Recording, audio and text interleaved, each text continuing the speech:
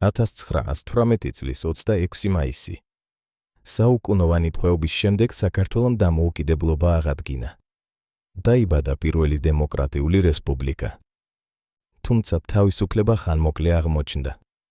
1921 წელს საბჭოთა რუსეთმა ქვეყნის ხელახალი ოკუპაცია მოახდინა. დაიწყო მძიმე 70 წლიანი ეპოქა. ეს იყო რეპრესიების, მაგრამ ამავე დროს დიდი ინდუსტრიული და კულტურული გამოწვევების პერიოდი.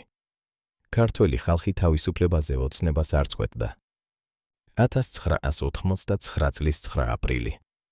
დღე, როდესაც ქართველმა ხალხმა შიშველი ხელებითა და ლოცვით დაუპირისპირდა იმპერიას. ეს იყო ტკივილისა და უდიდესი ეროვნული გამოვიძების ღამე. 1991 წელი. საქართველომ კვლავ დაიბრუნა სუვერენიტეტი. სვიადგამსახურდიას მეთაურობით ქვეყანამ თავისუფალი განვითარების გზა აერჩია. დღეს საქართველო ამაყად დგას თავისუფალ ერთა ოჯახში. ჩვენი ისტორია ბრძოლისა და გამარჯვების დაუსრულებელი ამბავია. ისტორია ჩვენია, მომავალი კი ჩვენს ხელშია. დიდება თავისუფალ საქართველოს.